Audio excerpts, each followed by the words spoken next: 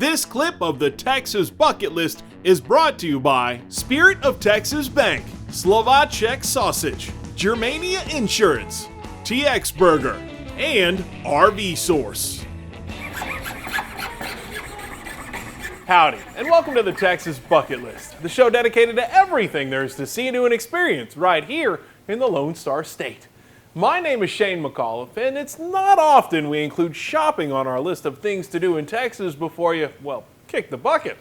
But this week, we make an exception. You see, down in San Antonio, there is a market with a long history of hawking goods here in our state, and that makes it well worth a stop on the Texas Bucket List.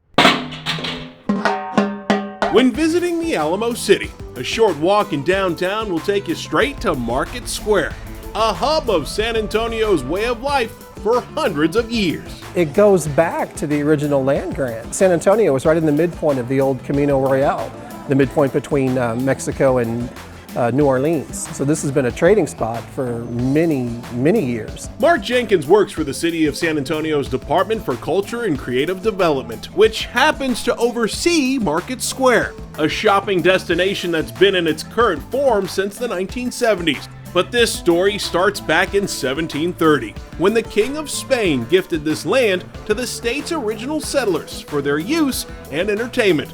By the 1800s, it was a thriving market. It was about the 1800s, mid-1880s, that the city put up a modern market house called the Giles House with refrigeration and everything.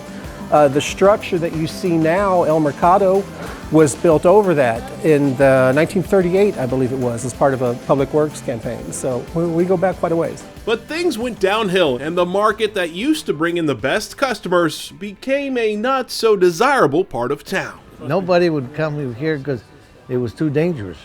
Really? Yeah, at night nobody came. But we decided to come and see if we could settle it down, and we did.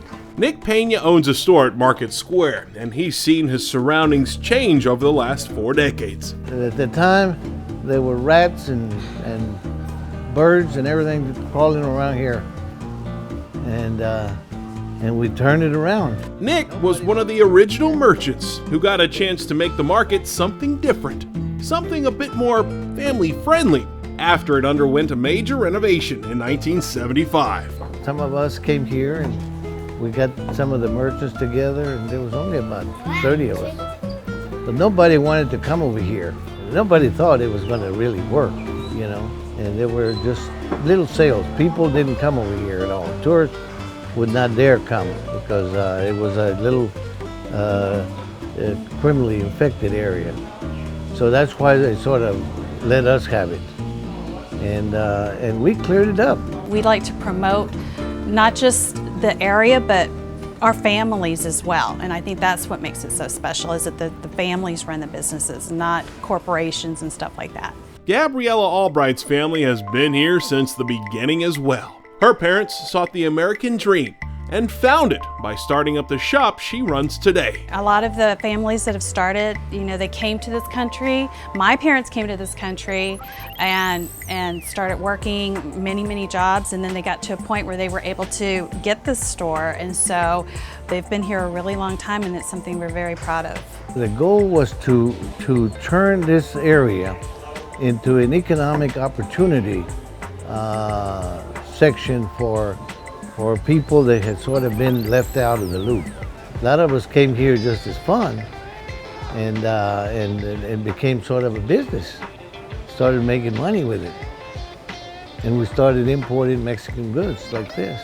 And that's what the market is known for, carrying some of the most marvelous offerings out of Mexico. Now, it's been described as the largest Mexican market outside Mexico. I just can't get over the colors you see in this place. It's so vibrant. You see all kind of colors, and that's a great part of the Mexican culture, these bright colors. You see pinks, you see yellows, and you're going to see them everything. You're going to see them in clothing, you're going to see them on the papel picado, you're going to see them all over the place.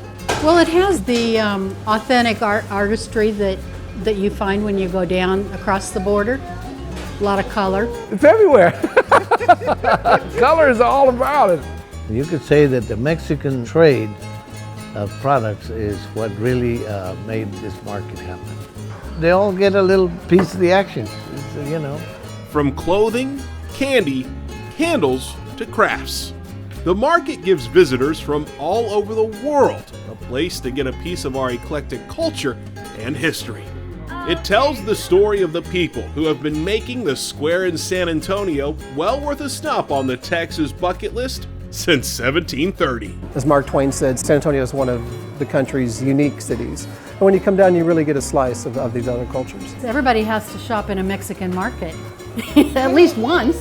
Just the people, the polite folks that want to help, want to enjoy, want to say, hey, you're on vacation? Let's make it happen. Let's make it joyful. And they love for people to come out from different areas just to join in San Antonio.